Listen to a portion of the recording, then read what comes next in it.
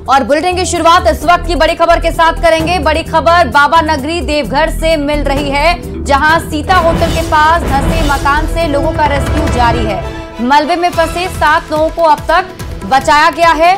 तो आपको बता दें कि मकान धंस गया था, जिसकी चपेट में कुछ लोग आ गए थे और रेस्क्यू ऑपरेशन सुबह से ही जारी है। मलबे में फंसे 7 लोगों को अब तक बचाया गया है। तो बड़ी खबर आपको देवघर से बता रहे हैं, जहां मकान धंसने से हादसा हुआ है। बताया जा रहा है कि करीब 5:30 बजे सुबह में ही मकान धंस गया था, जिसके मलबे में कई लोग दब गए थे। और जैसी एक खबर मिली उसके बाद एनडीआरएफ की टीम मौके पर पहुंची और रेस्क्यू ऑपरेशन शुरू कर दिया गया। अब तक 7 लोगों को मलबे से निकाला जा चुका है। अभी भी रेस्क्यू अभियान जारी है।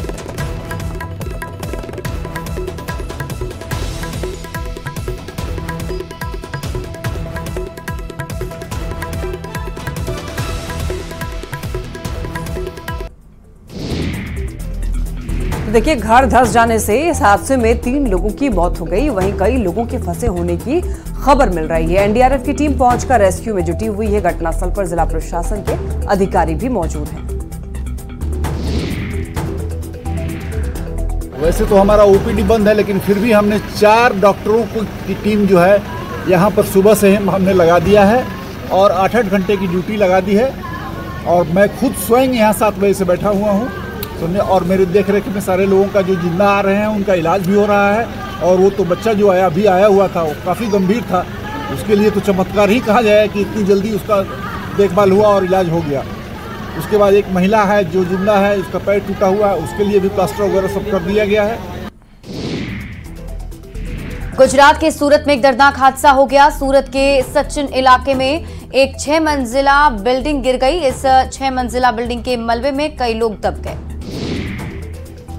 और इस हादसे में 7 लोगों की मौत बताई जा रही है। इन 7 लोगों के शवों को बरामद कर लिया गया है।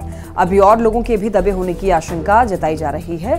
बचाव कार्य में जुटी टीमें मलबे को हटा करके जांच पड़ताल कर रही है।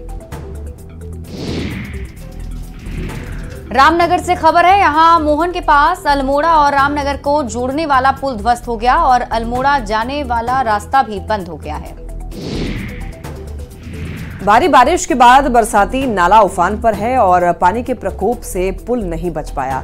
पहले पुल में बड़ी दरारें आई और फिर कुछ देर के बाद पुल ध्वस्त होकर के नाले में समा गया। दोनों तरफ काफी गाड़ियां भी हैं, जिन्हें पहले ही रोक दिया गया था।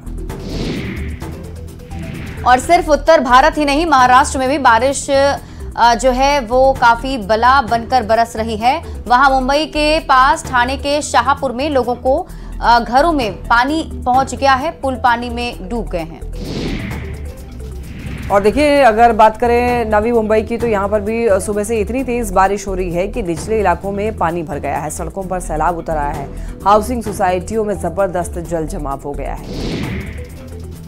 उत्तराखंड में बारिश आफत का सबब बनती जा रही है। भारी बारिश से नदी नाले उफान पर आ गए हैं, जिसके बाद अब 8 जुलाई तक 4 धाम यात्रा रोक दी गई है। गढ़वाल मंडल में भारी बारिश की चेतावनी के बाद ही फैसला लिया गया और यात्रियों को अपनी जगह पर ही रहने की अपील की गई है। गढ़वाल कमिश्नर ने अपील जारी की है। गढ़वाल के 3 जिलों चमोली, रुद्रप्रयाग, पौड़ी के लिए रेड अलर्ट जारी किया गया है। इसके साथ ही कुमाऊं रीजन में भी रेड अलर्ट है। पहाड़ों में पिछले 3 दिन से लगातार बारिश जारी है। वहीं चमोली में नदियां उफान पर आ गई हैं। अलकनंदा नदी रौद्र रूप में बह रही है और अब खतरे के निशान से ऊपर हो गई है। स्टेट कंट्रोल रूम से चमोली के लिए अलर्ट जारी हुआ है। वहीं प्रशासन लोगों से अपील कर रहा है कि वो नदी किनारों से दूर रहें और सुरक्षित स्थानों पर चले जाएं, क्योंकि लगातार हो रही बारिश की वजह से नदी पूरे उफान पर है। पश्चिम चंपारण के निचले इलाके में गंडक नदी का पानी घुसने के बाद प्रशासन की टीम मौके पर पहुंच रही है। प्रशासन की ओर से बाढ़ आश्रय केंद्र बनाए गए, जहां बाढ़ प्रभावित इलाकों के लोगों को रेस्क्यू कर पहुंचाया जा रहा है। डीएम के निर्देश पर प्रभावित लोगों को रहने और खाने की व्यवस्था की जा रही है। प्रशासन की टीम गांव से लोगों को सुरक्षित निकालकर राहत कैंप तक पहुंचा रही है। वहीं बाढ़ के परेशानी में सब बाढ़ डूबिल बा, सब पानी समा गइल बा।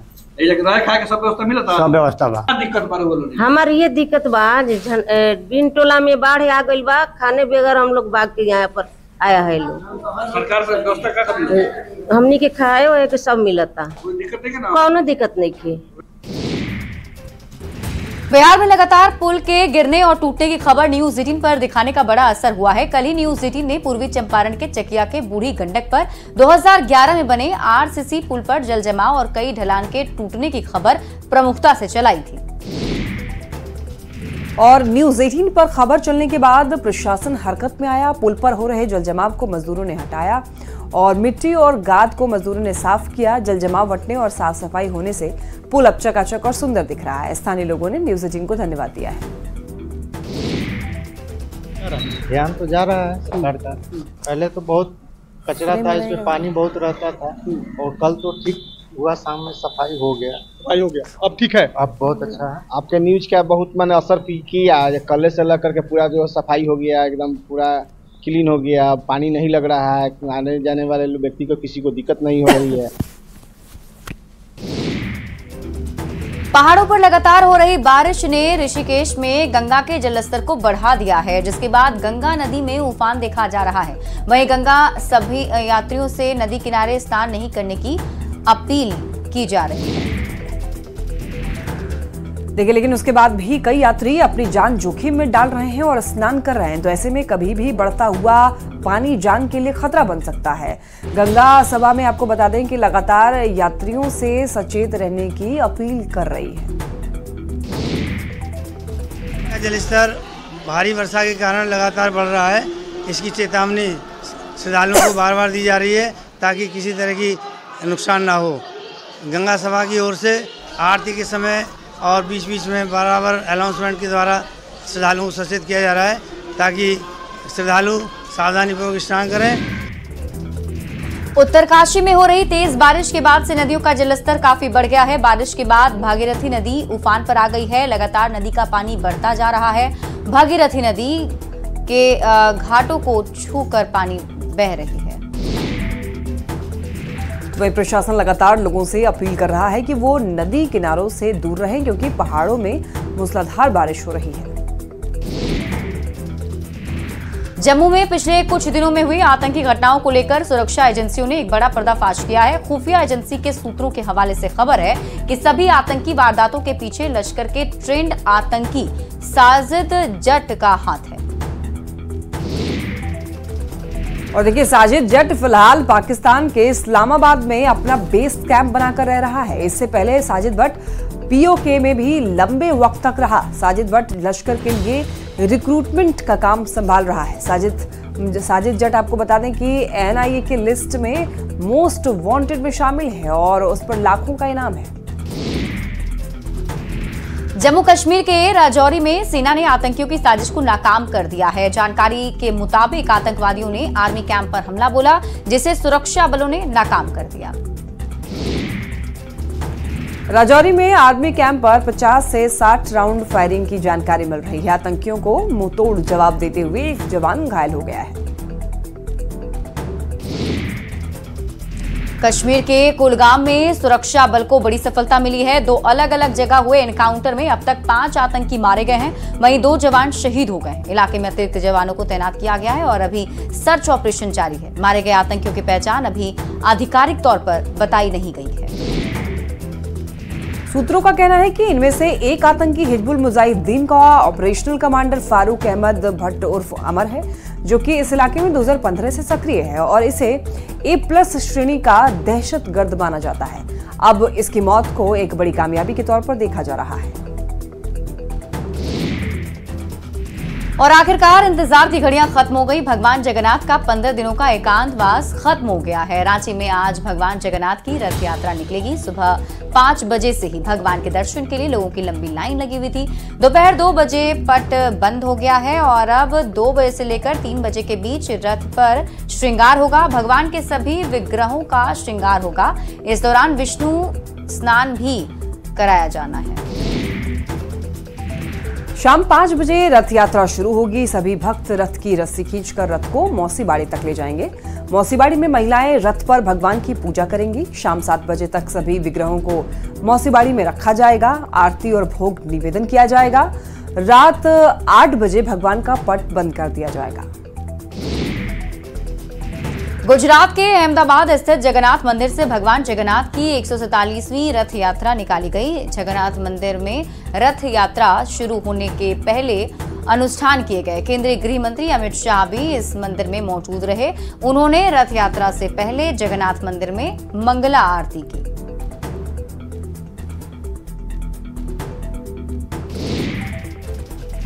तो वहीं गुजरात के मुख्यमंत्री भूपेंद्र पटेल ने सोने के झाड़ू से रास्ता साफ कर रस्म पूरी की। जगन्नाथ रथ यात्रा की तैयारी को लेकर अहमदाबाद पुलिस की तरफ से विशेष इंतजाम किए गए हैं। 15,000 से ज्यादा पुलिसकर्मी रथ यात्रा के लिए तैनात किए गए हैं। वहीं सीसीटीवी और ड्रोन की मदद से पूरी यात्रा पर नजर रखी जा रही है। वहीं रथ मेला को लेकर श्रद्धालुओं में काफी उत्साह देखने को मिल रहा है। भगवान के दर्शन के लिए सुबह से ही भक्त कतार में लगे हुए नजर आ रहे हैं। देखिए, गुमला में भी रथ यात्रा को लेकर के उत्साह का माहौल है। सुबह से ही करौंदी स्थित भगवान जगन्नाथ के मंदिर में भक्तों की भीड़ देखने को मिल रही है। आपको ये बता दें कि भक्त भगवान जगन्नाथ, भाई बलराम और बहन सुभद्रा का दर्शन कर परिवार की सुख शांति की कामना कर रहे हैं। 100 बरस से पुराना मंदिर है। यहाँ का इतिहास बहुत बड़ा है, बहुत बड़ा मेला लगता है और यहाँ पर लोग बहुत श्रद्धालु आते हैं।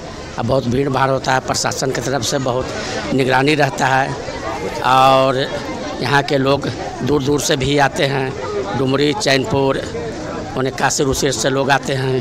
जी की हम लोग अभी आए हैं, सुबह से यहाँ पे लाइन में लगे हुए हैं, बहुत लंबा लाइन है और प्रभु जी का दर्शन हो जाए बस यही उम्मीद पे खड़े हैं लाइन में। दर्शन हो जाए बस, और क्या, बाकी तो सब इनका कृपा से हो ही रहा है पूरा।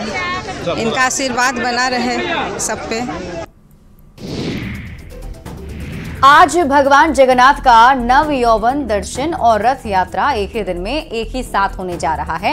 इसको लेकर लोगों में खासा उत्साह है। संयोग को देखते हुए लोग सुबह से ही बोकारो के सेक्टर 4 स्थित जगन्नाथ मंदिर पहुंचकर भगवान जगन्नाथ के नव यौवन का दर्शन कर रहे हैं। विपक्ष के नेता और कांग्रेस सांसद राहुल गांधी ने गुजरात के अहमदाबाद, आपको बता दें कि बीजेपी पर करारा हमला बोला। आपको बताते चलें कि राहुल गांधी ने पार्टी कार्यकर्ताओं के एक सम्मेलन में राज्य में कांग्रेस की जीत का दावा ठोका।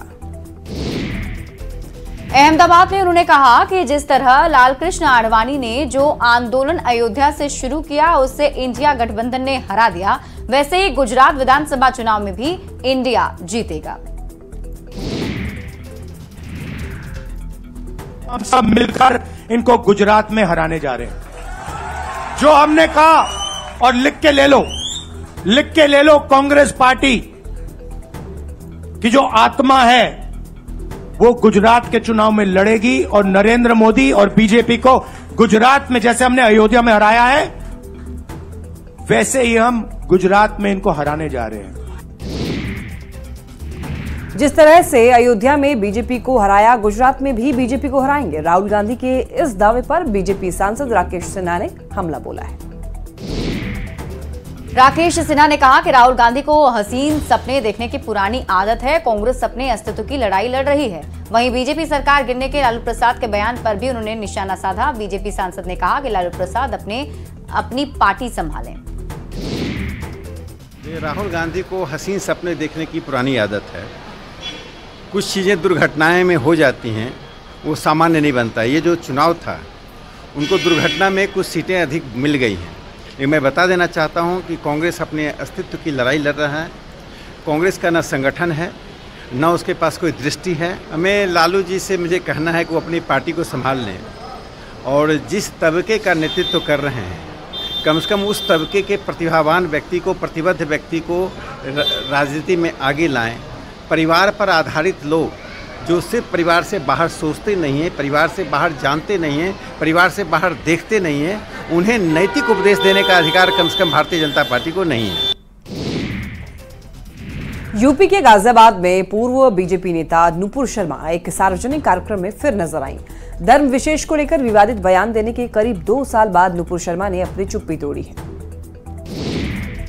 बीजेपी के पूर्व नेता नुपुर शर्मा ने हिंदुओं को हिंसक बताने वाले राहुल गांधी के संसद में दिए गए बयान पर बिना किसी का नाम लिए बगैर पलटवार किया। नुपुर शर्मा ने कहा कि वो कुछ भी कहें तो वाह वाह, और अगर मैं कुछ कह दूं तो सिर तन से जुदा।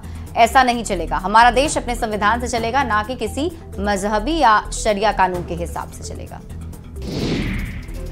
जब ऊंचे पदों पे बैठे लोग कह देते हैं हिंदू हिंसक हैं, ऊंचे पदों पे बैठ के लोग कह देते हैं कि हिंदू सनातनियों का नरसंहार कर दो, दो बात कहूंगी। जो मैंने देखा है पिछले 2 साल में,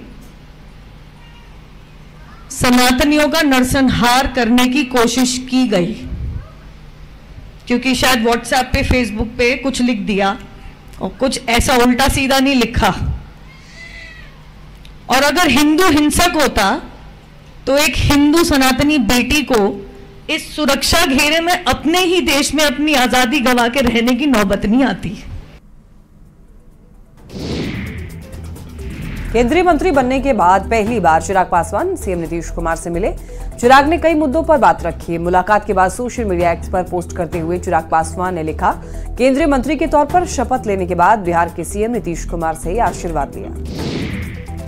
चिराग पासवान ने बिहार के चौकीदार संवर्ग नियमावली 2014 को फिर से लागू करने की मांग की है। सेवानिवृत्त होने वाले दफादार और चौकीदार के आश्रितों को नियुक्ति पत्र नहीं मिलने पर चिंता जताई है। साथ ही बिहार में पुल गिरने की घटना पर सीएम नीतीश कुमार से चर्चा की। सीएम नीतीश कुमार ने जल्दी कार्रवाई का भरोसा भी दिलाया है। एलजेपी रामविलास के राष्ट्रीय अध्यक्ष और केंद्रीय मंत्री चिराग पासवान सिवान पहुंचे, जहां उन्होंने गोल्डन पासवान के परिजनों से मुलाकात की। चिराग पासवान ने पीड़ित परिवारों को हर संभव मदद का आश्वासन दिया। दरअसल 19 जून को न्यायालय कर्मी राकेश कुमार उर्फ गोल्डन पासवान की गोली मारकर हत्या कर दी गई। गोल्डन पासवान अपनी बहन को एग्जाम दिलाकर घर लौट रहे थे। हालांकि पुलिस ने इस मामले में कार्रवाई करते हुए एक आरोपी को गिरफ्तार भी कर लिया है, लेकिन पूरे मामले का अभी तक खुलासा नहीं हो पाया है। चिराग पासवान ने जिले के एसपी से बात की और पूरे मामले में कड़ी कार्रवाई करने की अपील की है। गोल्डन पासवान की निर्मम दिन दहाड़े हत्या की गई है। इसको कतई ही बर्दाश्त नहीं किया जा सकता। पार्टी के द्वारा भी एक प्रतिनिधि मंडल कुछ दिनों पहले यहां से आकर पूरी जानकारी लेकर हमारे पास आया था। मुख्यमंत्री जी के भी संज्ञान में हम लोगों ने पूरे विषय को देने का काम किया। स्थानीय प्रशासन के द्वारा भी गिरफ्तारी की गई है। मैंने कहा कि अगर इसमें प्रशासन के द्वारा भी कहीं पे भी कोई लापरवाही बरती गई है तो उसमें प्रशासन के भी उन अधिकारियों को कतई बख्शा नहीं जाएगा जिन्होंने इस गंभीर मामले को संरक्षण देने का काम किया। और रांची से एक बड़ी खबर, मुख्यमंत्री हेमंत सोरेन की बड़ी बैठक आज होने वाली है। शाम 7 बजे का समय रखा गया है, जब सीएम हेमंत सोरेन के आवास पर ही ये बैठक होगी।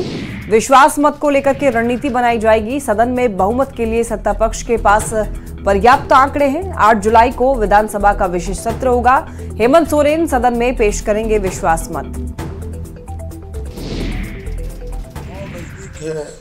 तो थोड़ी चर्चा हमें लगता है कि सारे विधायक जरूर चाहेंगे कि जो क्षेत्र का अनुभव है, जो कमी हम सब देख रहे हैं, जिन कामों को अगर प्राथमिकता से सरकार करे और बेहतर माहौल हमारे पक्ष में हो सकता है। ये सारी बातें लगता है हमें चर्चा में रहेगी।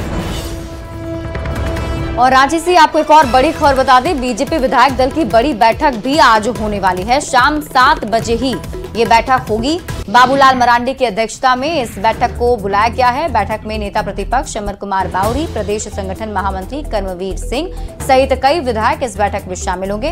विधानसभा के विशेष सत्र में पार्टी की रणनीति पर चर्चा की जाएगी। आज भारतीय जनता पार्टी के विधायकों की बैठक है, जिसमें मुख्य रूप से प्रदेश अध्यक्ष बाबूलाल मरांडी जी, प्रतिपक्ष के नेता जो अमर बावरी जी हैं, ये उपस्थित रहेंगे और जो हमारे विधायक हैं उनको मार्गदर्शन देंगे। लेकिन हमारा जो गठबंधन है आजसू के साथ, वो पूरे तरीके से मजबूती के साथ खड़ा है सरकार की गलत नीतियों के विरोध में। और इस सरकार ने तो ज़बरदस्ती नई सरकार थोपा है, जब चुनाव में 2-3 महीने का समय भी बचा है, और वो भी एक उन्होंने ट्राइबल चंपई सोरेन को बहुत बेइज्जती भरे अंदाज से सत्ता से खींच कर उतारा है। रुपौली विधानसभा उपचुनाव को लेकर सियासी हलचल तेज है। एनडीए और महागठबंधन से इस सीट को अपने पाले में करने के लिए पूरी ताकत झोंक दी गई है और इस उपचुनाव में पप्पू यादव पर भी निगाहें टिकी हुई है। पप्पू यादव से जब न्यूज़ 18 ने बातचीत की तो उनका जवाब दिलचस्प था। तो पप्पू यादव एक तरफ नीतीश कुमार की तारीफ कर रहे थे, दूसरी तरफ लालू प्रसाद की भी तारीफ कर रहे थे। पप्पू यादव ने कहा कांग्रेस का समर्थन जिस तरफ होगा वो उसी उम्मीदवार का समर्थन करेंगे। यानी पप्पू यादव आरजेडी उम्मीदवार बीमा भारती के साथ खड़े दिख रहे हैं। पप्पू यादव से बात की है संवाददाता आनंद अमृतराज ने। हमेशा इस बात का ख्याल रखिएगा, बिहार का जो परिप्रेक्ष्य है, एक एक विधानसभा की वैल्यू, ये जो 5 विधानसभा है, यदि 5 इंडिया गठबंधन जीत गया तो नीतीश कुमार की सरकार गई।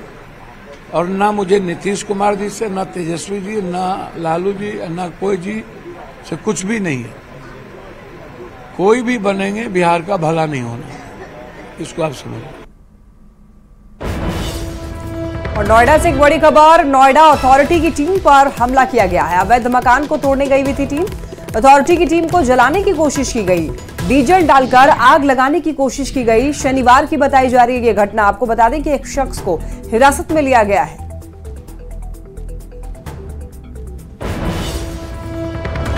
और महाराष्ट्र के ठाणे से बड़ी खबर मिल रही है। ठाणे में सामने आई चौंकाने वाली घटना, जहां उल्लासनगर में दंपति पर हमला किया गया है।